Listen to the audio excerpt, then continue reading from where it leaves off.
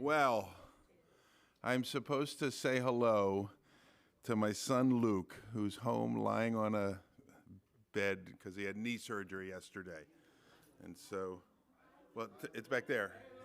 Hey, everyone's waving at you. How nice. So anyhow, pray for Mr. Luke. It hurts. Yes, but he's hanging in there. He's a trooper. All right, everybody, great to have you. How about the sunny sun on the daylight? I don't mind this moving whatever we did forward. I like that. Let's move forward an hour every week or something, because this was quite awesome. But the weather's warming up. Soon we'll be picnicking and all that kind of fun stuff together. We're going to have a Matthew party. You're going to have a Matthew party? Let's do it. If you weren't here Sunday, we talked about a Matthew party as an opportunity to reach your friends for Christ. You can get the tape.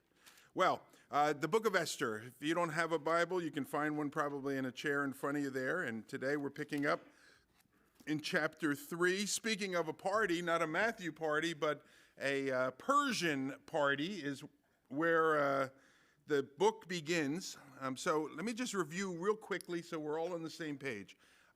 We are studying this book of Esther here. The book of Esther the events occur roughly around the year, 500. We'll put it there, just kind of narrow it down. The Jews had been the zenith of the Jewish people was the year 1000 or so, maybe year 900 or so, when David was the king, when Solomon was the king. But by the time we get to about the year 600, they've been conquered. Portions of them have been conquered by the Assyrian Empire. Portions have been conquered by the Babylonian Empire. And the Jews have been almost entirely taken out of the land of Israel and brought to foreign lands where they became slaves of other kingdoms. Pretty sad. The book of Esther, it is all about some of those Jews and their circumstances while in slavery in the foreign land of the Persian Empire. Persia is Iran. Specifically, the capital is going to be mentioned. It was the capital of Susa. And so all of these events occurred to this Jewish family, these Jewish people, in captivity in a foreign land. So if you look at chapter 1, verse 1, it talks about in the days of Ahasuerus. Now, Ahasuerus is the king of that Persian Empire. If you look down in verse 2, it says, as he sat on his royal throne in Susa. That was the capital city of this Persian Empire. And then you look at verse 3, chapter 1. It says, now in the 3rd year of his reign, he gave a feast for all his officials.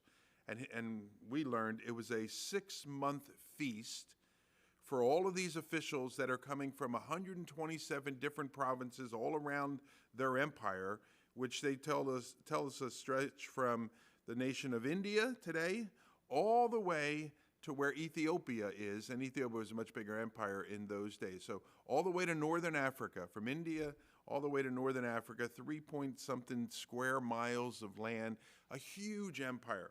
And so all of these people are coming to this feast that this king is throwing. At that feast, they get drunk. It tells us in verse 10, they get merry with wine. Things get a little out of control. The king calls for the queen to come so he can kind of parade her beauty in front of all of the people, all the men, drunk men at this party. She says, I'm not coming, and she gets dethroned, kicked out of her position, and the whole thing is a mess. All right, well, that is chapter 1. Last week, chapter 2, we saw that after a few weeks, months, the king begins to feel bad about the whole thing. I can't believe what went down. I was so dumb. I made a mistake. Regret. But we remember the law of the Persians could not be changed. So even if they want to change it, they weren't allowed to change it. That was one of the laws of the Persian Empire. And so Queen Vashti is gone. And his men decide, well, let's have a beauty pageant, and let's find the king a new queen.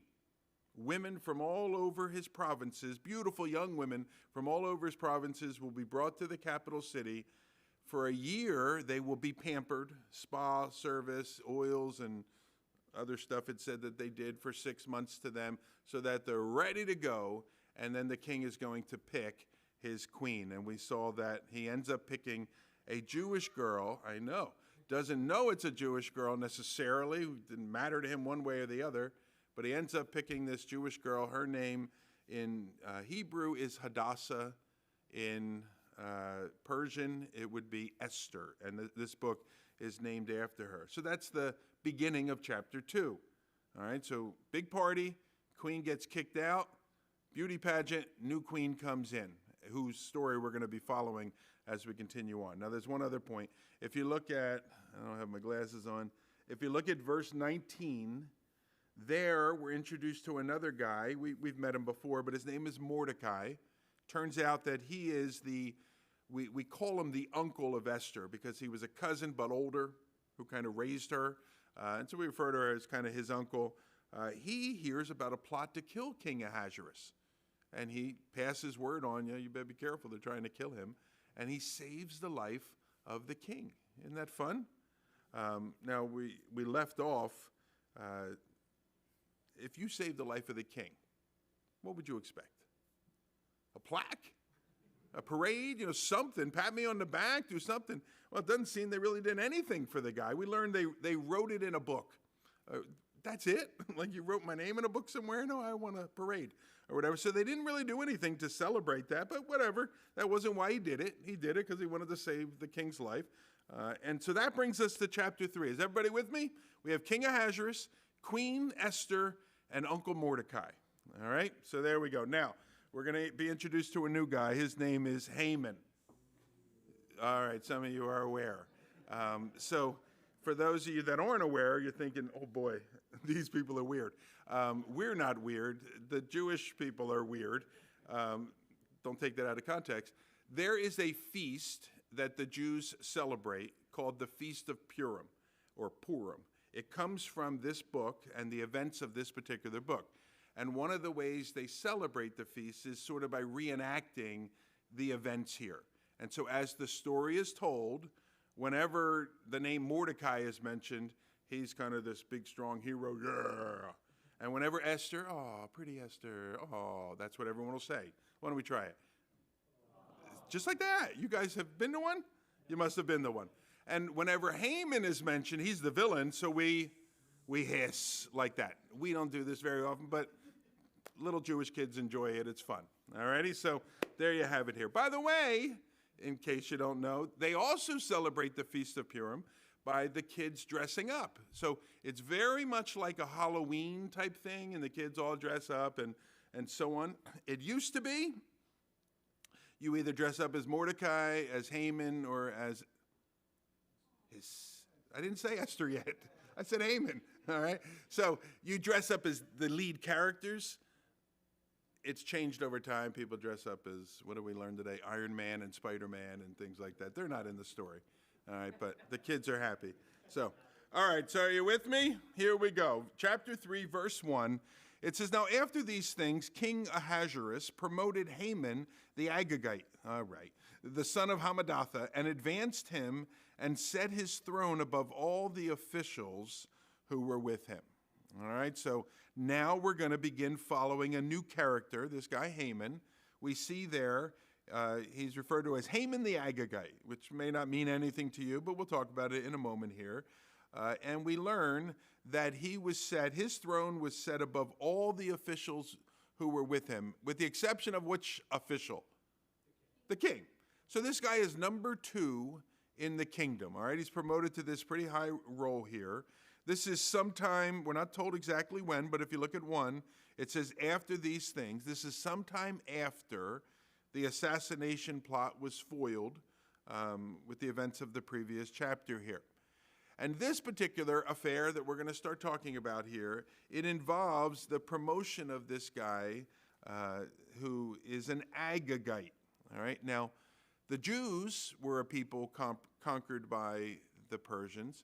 Well, the Agagites were a people also conquered by the Persians, and probably 125 other people groups were conquered by the Persians as well. So this fella is one of those people. they're conquered by, but I think we might think of the people that conquer them, you guys are subservient from that point on. You've been conquered. Not exactly. You could have high-ranking positions. We just saw the queen is a Jewish girl that was conquered. And so he is a conquered man, their people are, but yet he has this high position. We see there that he is number 2 in the kingdom. And we're told that he is an Agagite. Now, the Agagites, as you can imagine, were descendants of Agag, all right? It's just how they did it. It's not that creative. We're descendants of Agag. And Agag was a king long ago, about 500 years earlier, of the Amalekite people. Now, that may not mean much to you as well, but there were all these different people groups in and around the area of the Promised Land, the land that Israel would eventually inhabit. One of those people groups were the Amalekites. All right, so just keep that in your mind here. The first time that the Amalekites pop up is not really the Amalekites as much as it is a guy named Amalek. All right, and all the kites came from him, or the ites came from him. And he is in Exodus chapter 17, verses 14 to 16. I think we're going to throw that up there, aren't we? Yeah, so we'll just put it up there. This is the event. Maybe you've seen it in movies and stuff. This is the event of the battle where 2 of Moses' men have to hold his arms up. Are you familiar with this battle? So there's a battle that is going on. Moses is up on sort of a mountain of some sorts. He's looking down over this battle. And when he lifts his hands up, the idea is when he's praying for these people, the Israelites are winning. And when he's like, oh, I can't lift my arms up anymore, the Israelites start losing this battle. And so 2 men, it's Hur and Aaron, I think. Yep, Aaron and Hur. Aaron, his brother, another guy named Hur. They come alongside of him, and kind of lean up against him and hold his arms up. And so now Moses is able to keep his arms up even longer than just his regular strength, and Israel's winning this battle, and they're having success, and so on. The nation or the king that they're fighting is this king Amalek. All right, this is, what do we say here? Exodus chapter 17. At the conclusion of this battle, we have these words. It says, then the Lord said to Moses. So Moses is writing this down or something, but this is what God told Moses. He says, write this as a memorial in a book and recite it in the ears of Joshua. Now, Joshua's he is the military leader. He's going to go on to essentially be the political leader when Moses dies, both political and military. So he says, recite it in the ears of Joshua, that I will utterly blot out the memory of Amalek from under heaven. All right, this king. And Moses built an altar, and he called the name of it, the Lord is my banner, saying, a hand upon the throne of the Lord will have war with Amalek from generation to generation. You're like, gee whiz, what did Amalek do? They went to battle, and now you want to have war with a generation. Well, there are some subsequent verses regarding this guy, Amalek. The first one is Numbers chapter 24:20. Is that a familiar passage to some? This is the passage, it's 3 chapters actually in the book of Numbers, where Balak, another enemy of Israel, hires a prophet guy, quote unquote, we say prophet because he's not a good one if he is. He hires him to pronounce a curse on the children of Israel. Remember that story, some of you? All right, that's Numbers chapters 22 through 25, basically. Well, in Numbers 24, we read this, Balaam speaking. All right, so Balaam it's hard to know this guy Balaam. Was he a prophet of God, or was he a prophet of the gods that were out there? God spoke through him, because when he's hired to come pronounce this curse on the Jews, he says, all right, well, listen, you can hire me, but I can only say what the God of heaven allows me to say or tells me to say. And the guy's like, yeah, right, sure. Here's $50. Say what I tell you to say. So then he gets out there, and he says, all right, there's all the Israelites down at the bottom of that field. Pronounce a curse on them. And so he gets up there, opens his mouth, and blessings come out of his mouth.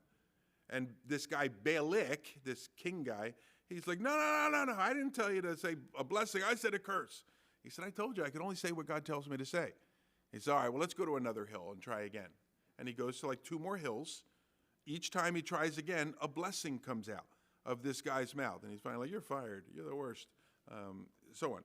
All right, while he's prophesying, this guy Balaam, he says this. It says, then he looked on Amalek and took his discourse and said, Amalek was the first among the nations, but its end utter destruction. So that's the second time that this guy Amalek is mentioned in the Bible, okay? Back in the previous passage, his name is used a couple times, but it's in one chapter. So this is the second time here, all right? The next time we see this man, so just remember what I shared there, because we'll come back to it. The next time we see Amalek is in the book of Deuteronomy, chapter 25. That's the next book in the Bible. And there, Deuteronomy 25, there's 34 chapters in the book of Deuteronomy. Chapter 24-ish, something like that, begins Moses' farewell address. He doesn't call it that. Nobody calls it that. Greg calls it that because I like presidents.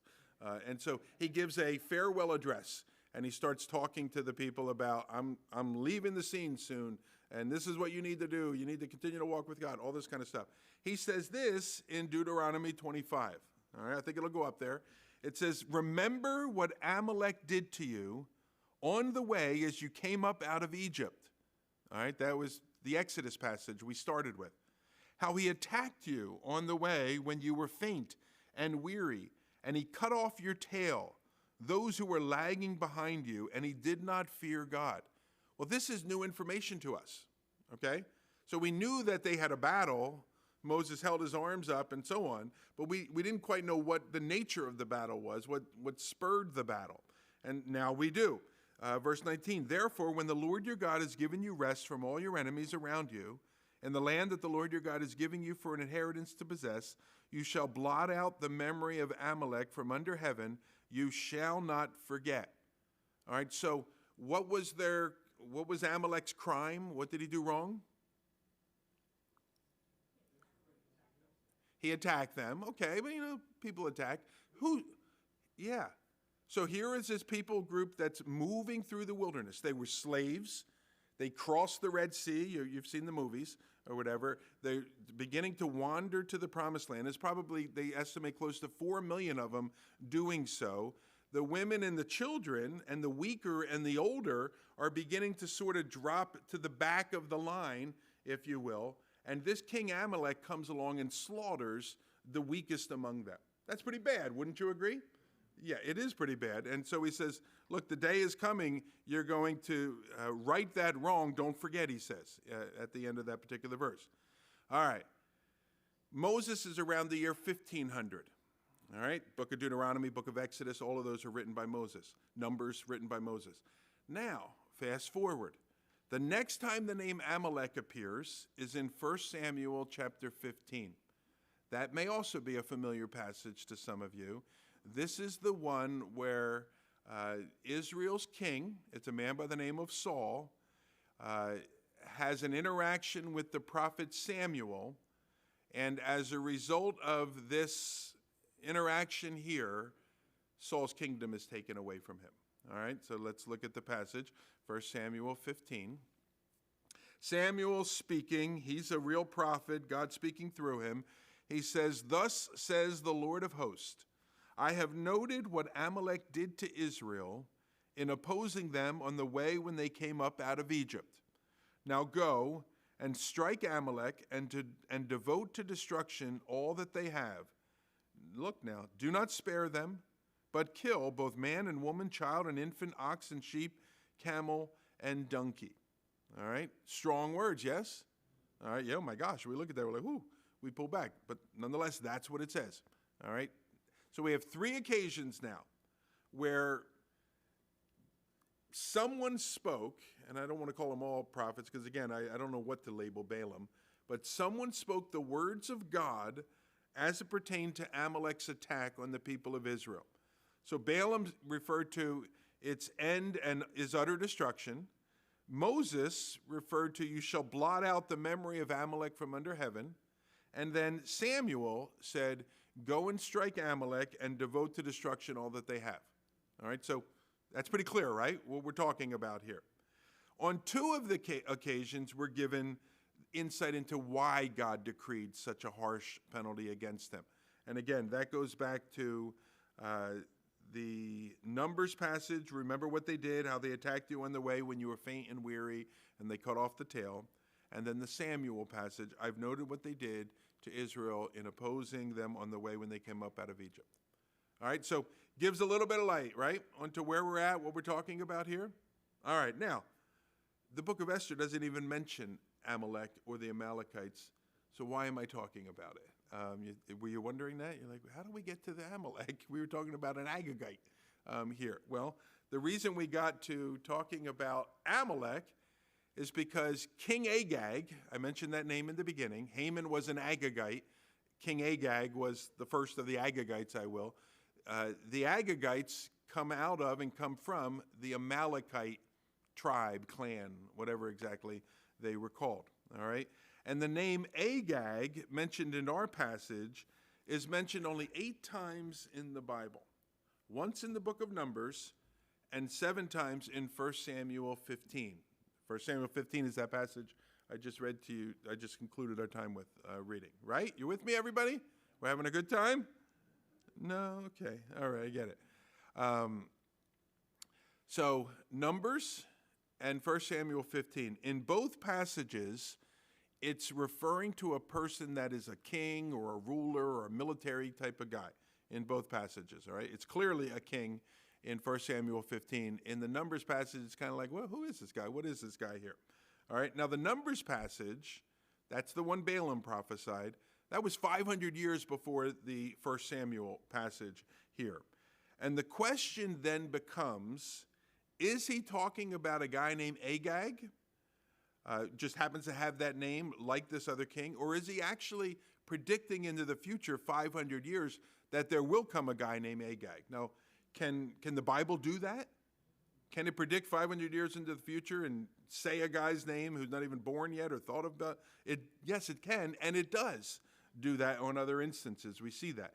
So it's possible Balaam is just talking about a guy who happens to also have the same name, or he's looking into the future and talking about a guy that's going to come 500 years later. We don't have enough information one way or the other to actually know. But what we do have plenty of information on is 1 Samuel 15. All right, and so, again, this is the passage where the king of the Amalekites enter into battle with Israel and its king. Israel now is being led by its king, a guy by the name of Saul, the first king of the Israelite people.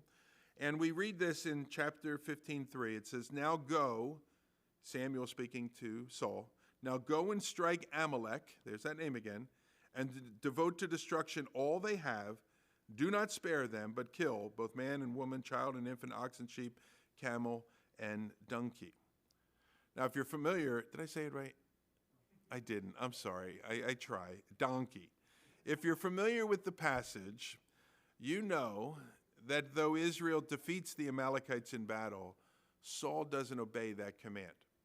All right, that command is pretty clear. Devote all they have to destruction. Don't spare anything.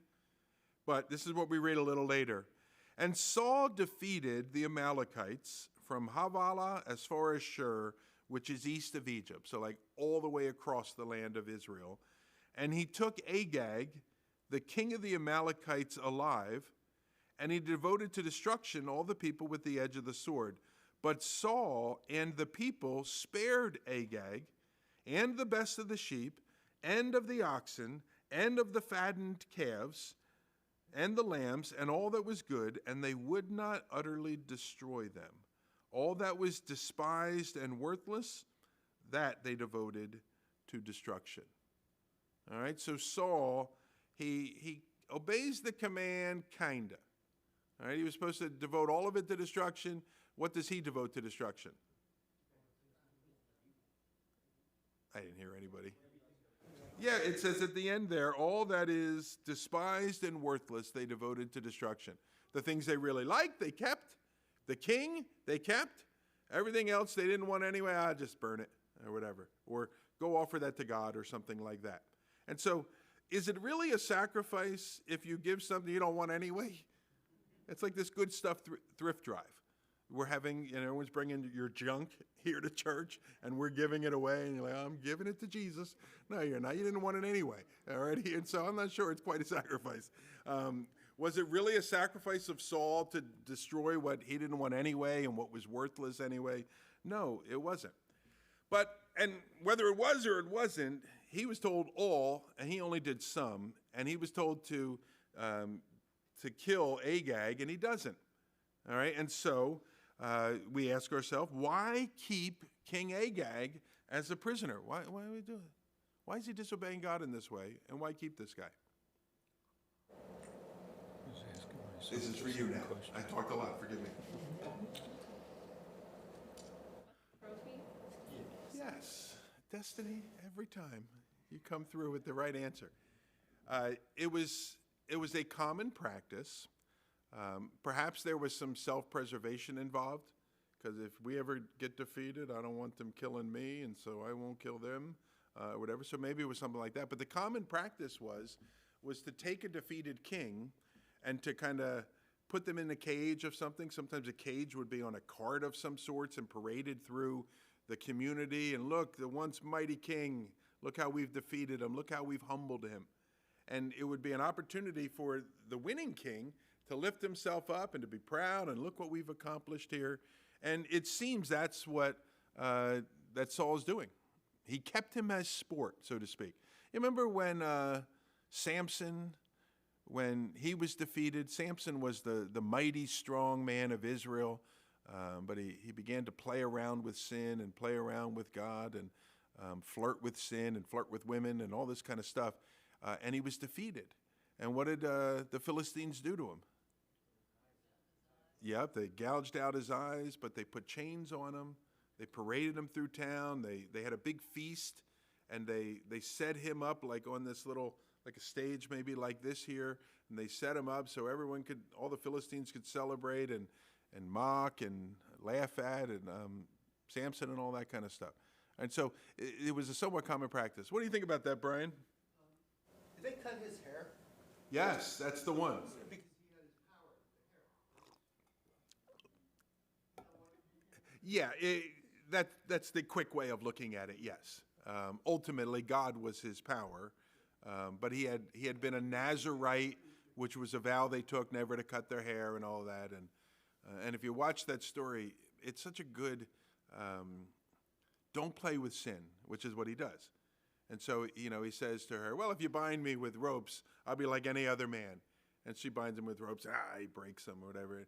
And, if you take new ropes that have never been this and that. And so she does that, and he breaks them. And he said, well, if you braid my hair. Well, see, now he's getting close to, the source of this vow and all this thing. And so she braids his hair, and he breaks out. And then finally he says, well, if you cut my hair, I'll be like any other man. And she does, and he is like any other man. So he's playing around with sin, and he has to experience the consequences for having done so. So anyway, back to our buddy here, Saul. Keeps this guy alive, keeps the best of the spoils for himself. So some kind of a combination of pride and greed causes him to disobey the command here of Samuel, God ultimately, but through the prophet Samuel. And so he keeps King Agag alive. All of that to get to verse 1 one more time. Chapter 3, verse 1, it says, now after these things, King Ahasuerus promoted Haman the Agagite. And so this guy Haman is a descendant of a king that lived 500 years earlier, who himself and his people aren't even supposed to be alive any longer. And here is this guy Haman. You're like, all right, well, I'm sure he's a nice guy. Let's keep reading. All right. Chapter 3, verse 2, it says, now all the king's servants who were at the king's gate, they bowed down and they paid homage to Haman. Now, is that odd? No, he's the second in the kingdom, right? And so everybody bows down, they pay homage to him, for the king had so commanded concerning him. But Mordecai, whose name we were introduced to, Uncle Mordecai, he did not bow down, he did not pay homage. Now you should read that and say to yourself, uh-oh. All right, so that's going to be important info in a few minutes here. It doesn't portend for good things here. Verse 3, then the king's servants who were at the king's gate, they said to Mordecai, why do you transgress the king's command? And when they spoke to him day after day, he would not listen to them. They told Haman. So we call these snitches. No, I'm just kidding. All right, but they're snitches here. They told Haman in order to see whether Mordecai's words would stand, for he told them that he was a Jew. All right, so everyone else is bowing, but this one guy, Mordecai, refuses to do so. And day after day, it says in verse 4, day after day, bow down, man, here he comes. They speak to him, they talk to him regarding, and then they begin to ask him. It says, why do you transgress the king's commands?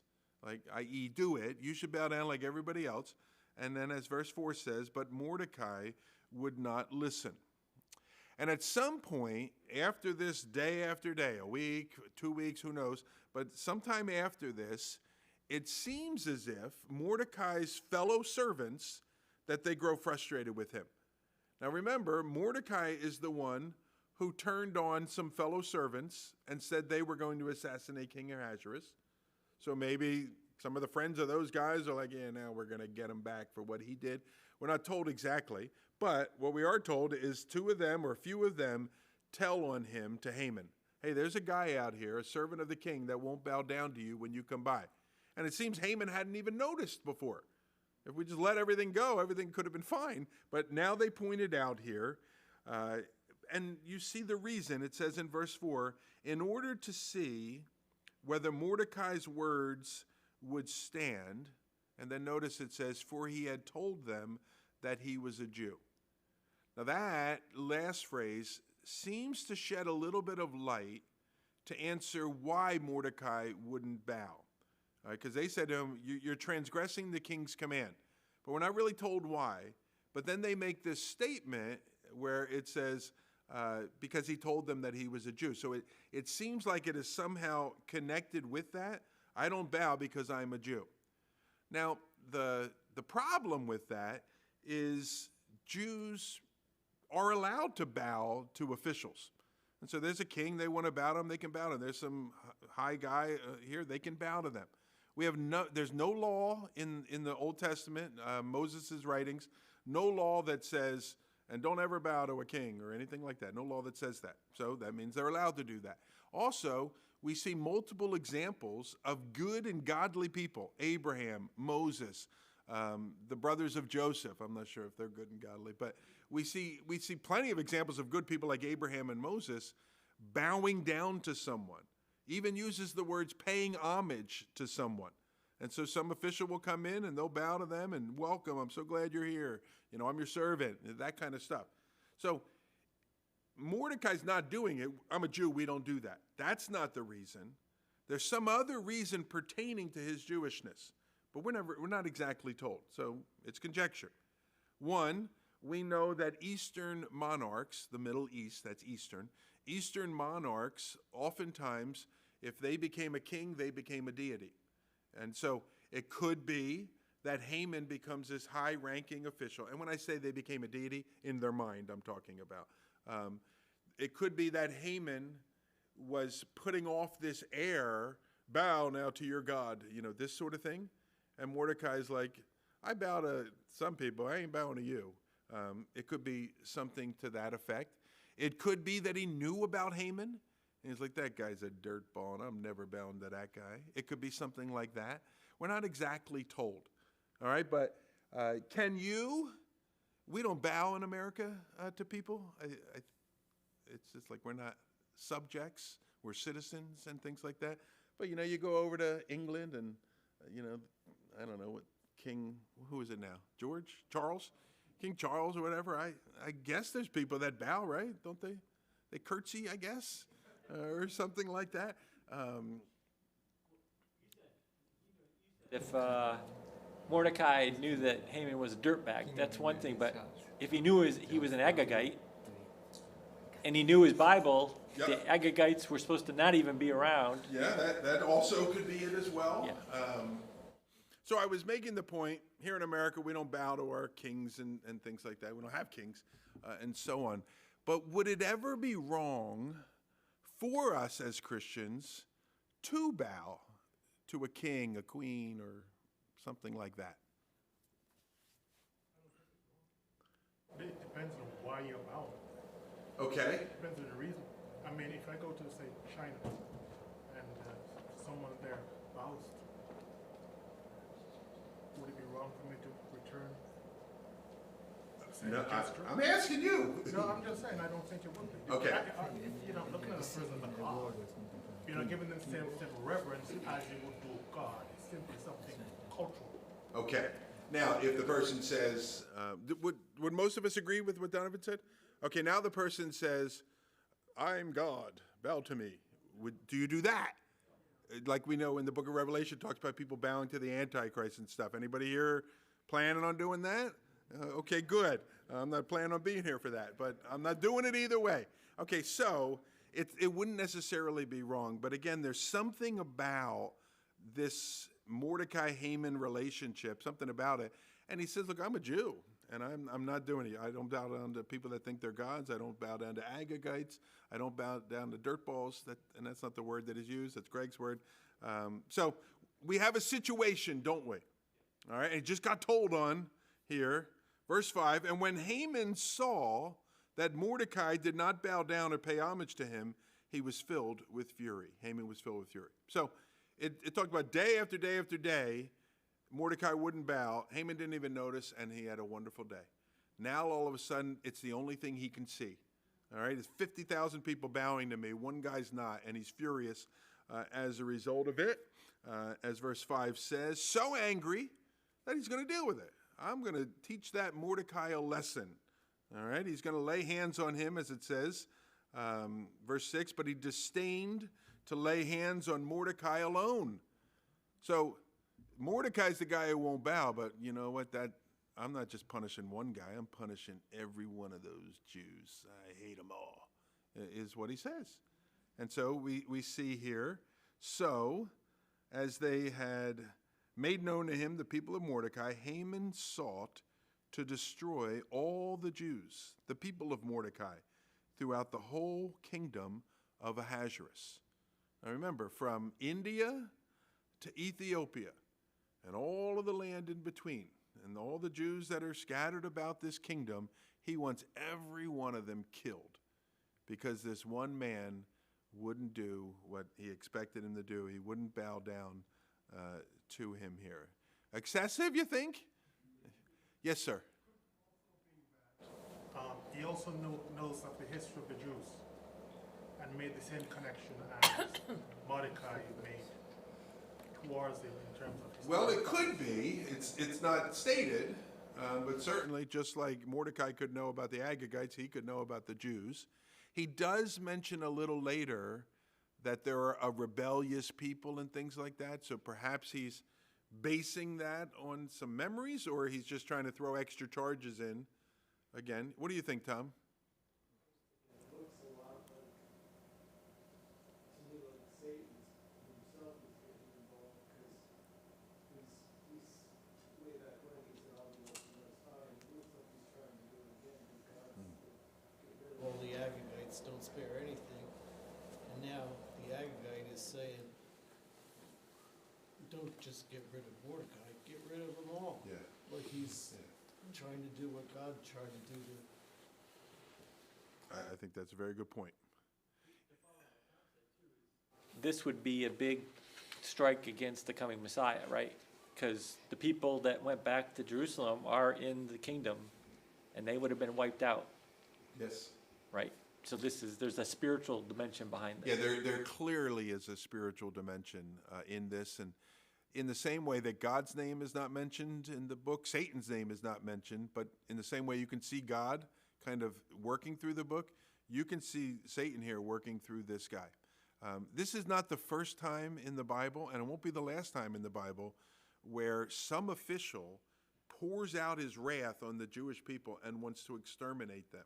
And amazingly, it continues all the way into our day. You know, years ago I would reference World War II and Hitler and his goal to exterminate the Jews. And yet we had a people attack the Jewish people saying we wanted to exterminate them. He's saying it. It's remarkable. And here we are in 2000 and whatever here. So it's crazy. So there's something spiritual that is involved, certainly. Verse 7 goes on, though. It says, now in the first month, which is the month of Nisan, in the 12th year of King Ahasuerus. Now, just for fun, can I go aside a little here?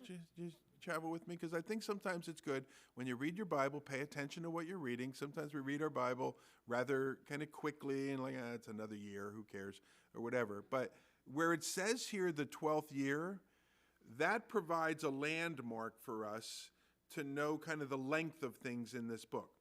So all the way back to chapter 1, you remember that party? That was in the 3rd year of King Ahasuerus, all right? And that party, it was a 6-month party. It didn't go very well. He fired his queen and all this kind of stuff, and then he mourns a bit. How long does he mourn?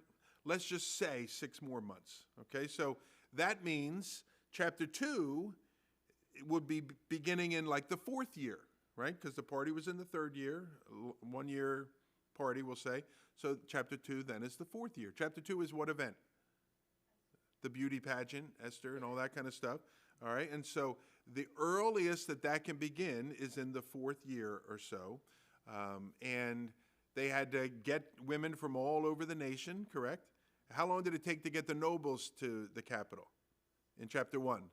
6 months. So how long do you think it's going to take to get the ladies there? Let's just say 6 months a safe guess?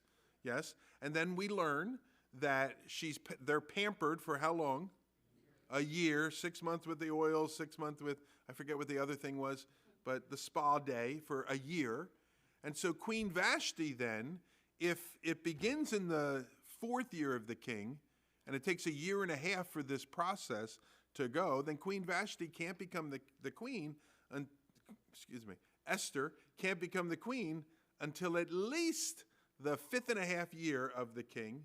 We'll just round up to the 6th year, all right? So where are we now? In the 12th year. So Esther is established a bit. She's been there for a little while, maybe as much as 6 years. If you're interested, I made a little chart. I know you love charts. I know Tony loves charts. We'll have to print this out for you here. There it is. There's the chart. All right, and it talks about Esther 1 and 2 and 2 and 3 and so on. And the red writing in the middle, that's an actual verse in the Bible that tells us. The black writing in the center section there, that's kind of my conjecture as to what it could be, trying to reason it out a little bit. And so, anyway, all of that, don't skip verses when you read them. Pay attention to them here.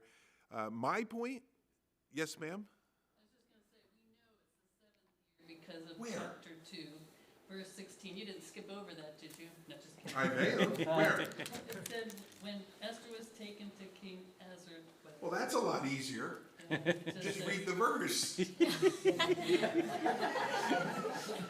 I was doing math and charts and all of this stuff. I could have just read the verse. See how close you were? I was pretty close. Thank you. All right. Well, thank you, ma'am. Good memory. All right. So, verse 7. It says, now in the first month, 12th year, King Ahasuerus, they cast pur. And then we don't, what's a pur? Well, it's a Persian word, and so they're kind enough to throw in the meaning. That is, they cast lots. All right, cast lots is like you might throw dice and you're trying to get, if we get a 6, then there. I remember my kids when they were in school, they had this really cool math teacher. I forget her name, but she was pretty cool, Wilbur or something like that. And she had this fun lesson. I used to be a school teacher, and I wish I had this fun lesson when I was teaching. And the kids, they would have to roll for their homework. Did you have her? Do you know this lady? You went to that school. They had to roll for their homework, and so they would, if they got a 1 or a 6, then the homework wouldn't be collected or something. And this is great. But if they got like a 2 and a 4, then it was going to be this thing. But if they got a 3, pop quiz or whatever. And so the kids are like, don't get a 3, and they're on there. So it was fun. The kids seemed to like it, and I liked it as a parent. I was like, this is cool, man, or whatever. So anyway, they're going to cast these lots to decide. What they're trying to decide is what day or what month are we going to destroy the Jewish people, exterminate the Jewish people, commit genocide. Let's roll the dice and find out. All right, this sounds wonderful. And so it says they cast lots before Haman day after day, and they cast it month after month till the 12th month, which is the month of Adar. All right, and so they leave the decision up to chance. More specifically, in their thinking, they leave it up to the gods. The gods are going to determine what day we will have the most favor of the gods to destroy the Jews. All right, so they're casting these lots here. But what we'll see is while they think we're seeking the will of the gods, the God, the one true God, decides, you know what, I'm going to intervene here a little bit. And he's going to give a date which turns out to be almost a year later, 11 months later. And that break in time from when this decree is going to go forth to when this decree is going to be executed, that break in time allows God ultimately to do what God's going to do to move the pieces around so that his plan is ultimately accomplished. So they don't even know God, and yet they're accomplishing the will of God. And as we're talking about the casting of lots, Proverbs 16:33, it says, and we've read this before, the lot is cast into the lap, but its every decision is from the Lord. And so you probably played Yahtzee or whatever. Isn't that the game Yahtzee with the sixes? And you think, if I hold it lighter, I'll get a 5. It had nothing to do with you. All right? And just roll it. And whatever happens, happens here. But we know ultimately God is sovereign. God is in control. And he's going to bring about what he wants to bring about.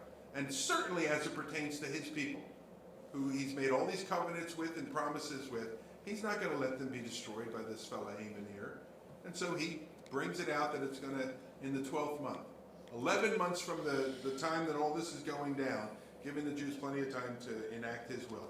Well, continuing verse 8, then Haman, he said to King Ahasuerus, there is certain people scattered abroad and dispersed among the peoples in all the provinces of your kingdom. Their laws are different from those of every other people, and they do not keep the king's laws, so that it is not the king's profit to tolerate them. Donovan, this is kind of what I was referencing as he makes this point here. However, he doesn't give evidence of this stuff. We see that Esther, she's a queen there. We see Mordecai, he's been a good servant, and he stops assassinations or whatever. So these accusations that he is making, they're half right. Because, yeah, the Jews are scattered. And yes, they are a dispersed people. And yeah, they're found in every one of the provinces of the Persian Empire. And yeah, they do have unique laws. But none of those things prevented them from being, so to speak, faithful servants of King Ahasuerus and even of Babylon before them here. But Haman he leaves all that out here. He just sort of gives enough of the details for King Ahasuerus to be on his side. Verse 9, how should we deal with these rebels? He says, well, if it please the king, let it be decreed that they be destroyed. Imagine. I would like to exterminate an entire race of people. And he says it in 5 words or 6 words. Let it be decreed that they be destroyed. All right? But notice he says, and I will pay 10,000 talents of silver, which I don't even know how they figure this out, but it's estimated that's in the millions of dollars, a lot of money. I will pay 10,000 talents of silver into the hands of those who have charge of the king's business, that they may put it into the king's treasury. All right? Where's Satan? Here he is. All right? This is an evil plan to do to any people. And it's an evil plan that they put forward. Certainly, we know that the Messiah is going to come from the Jewish people, so certainly Satan is involved in that regard. He doesn't want the Messiah to come to the earth, and so he's going to kill off the Jewish people here. Just very matter-of-factly, he recommends, let's kill him. At this point, I haven't seen numbers of how many there are, but we know with the Babylonian captivity that it could have been as many as 2 million Jews still alive. That was 50 years earlier, so 3 million maybe are alive. We're not talking about 10 people, 20 people or something. We're talking about millions and millions of people that he wants to have killed here because one man wouldn't stand up for him when he came, or bow down for him, I should say. Notice he offers to make a generous donation 10,000 talents of silver. You know what we call that where I come from? Yeah, we all call it that, I guess. We all come from the same place. You all grew up in Ewing? That's a bribe. He offers him a bribe. Agree to make this law and I'll make you rich. Okay? Now, for context, remember in Esther chapter 1, that big party the king is throwing, we know from secular history the purpose of that party was essentially to win the support of his subjects scattered throughout the empire because he wanted to go to battle against the burgeoning Greek Empire, right? We talked about that's the Battle of Thermopylae, which is sort of the Alamo of the Greek people, where they stood their ground and despite the odds that were against them. Technically, the Persians won that battle, but at some point it cost so much to do so. It cost so much money, it cost so much manpower, and it cost a lot of their pride and people's fear of them around the world, because they almost couldn't even beat this small little town of 300 here. And so a lot of money was spent on that. And so here we are now, a couple of years after that, and this guy is saying, look, I could put millions of dollars in your treasury. All that money you spent on that battle that we barely won, I could put that all back in your treasury today. So a bribe, maybe it's a business decision or a financial decision. Either way, he says, all right. Now, this money's not coming from Haman. This money, when all the Jews are killed and we go into their bank accounts and we take their houses and all that stuff, that's where this money is going to come from here.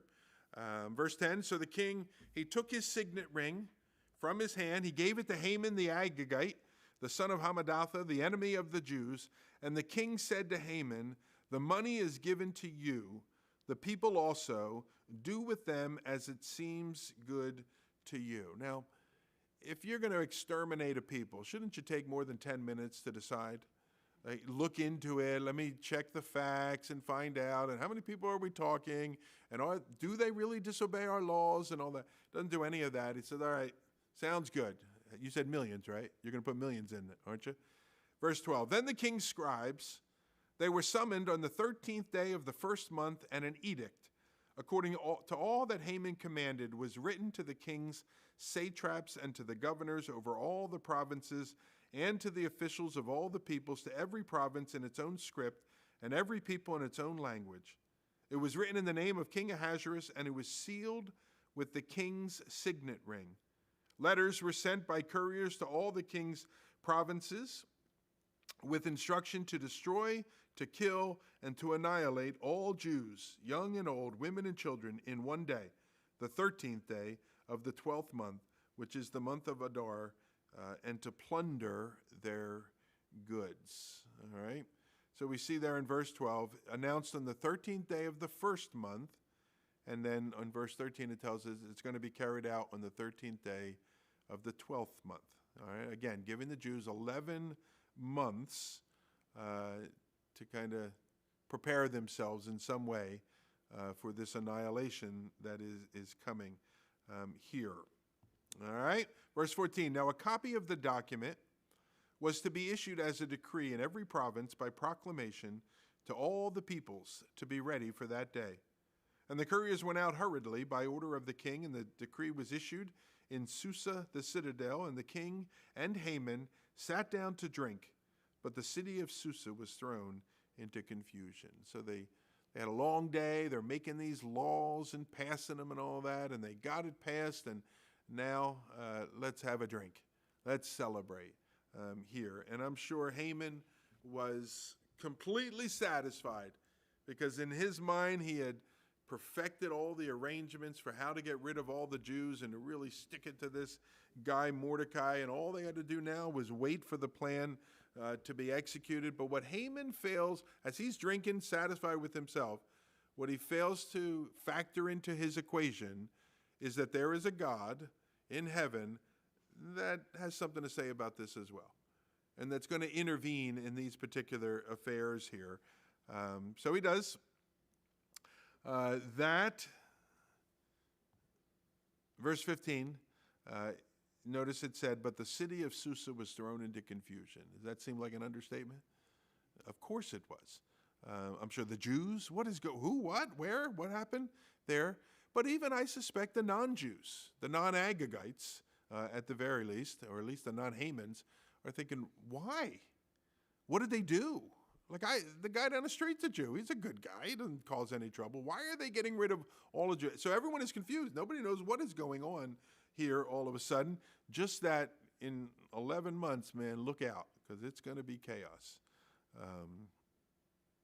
Unless the Lord intervenes. I don't know. What do you think? You think he may? Well, you got to come back next week and find out. All right, let's pray. Father, we pray, Lord, that we would have eyes to see you at work, even when it sure doesn't seem like you are. Lord, I think of Mordecai here. He didn't bow because he was a Jew. Whatever the reason was, Lord, it was a matter of personal integrity. And here now, he and all of his people are going to be killed because he took a stand for personal integrity, or so it appears. And so, Lord, we pray, Lord, when those kind of circumstances happen in our lives and we're wondering, God, where are you? And is it worth even standing up for you? Lord, that you would impress upon our heart, just wait, just trust me, as these people are going to need to do. Lord, they're going to have to trust you because you're going to accomplish something that only you could accomplish. And so, Lord, we commit ourselves to you in a fresh way. Lord, bless us as we go forward from here, tomorrow, the days that are ahead of us, we ask in Jesus' name. Amen. Thanks, everybody. Well, thank you. Wow. Yikes. Tell me. Come on. All right. So where do we go to celebrate? I just want those triangle cookies with the jelly inside. They have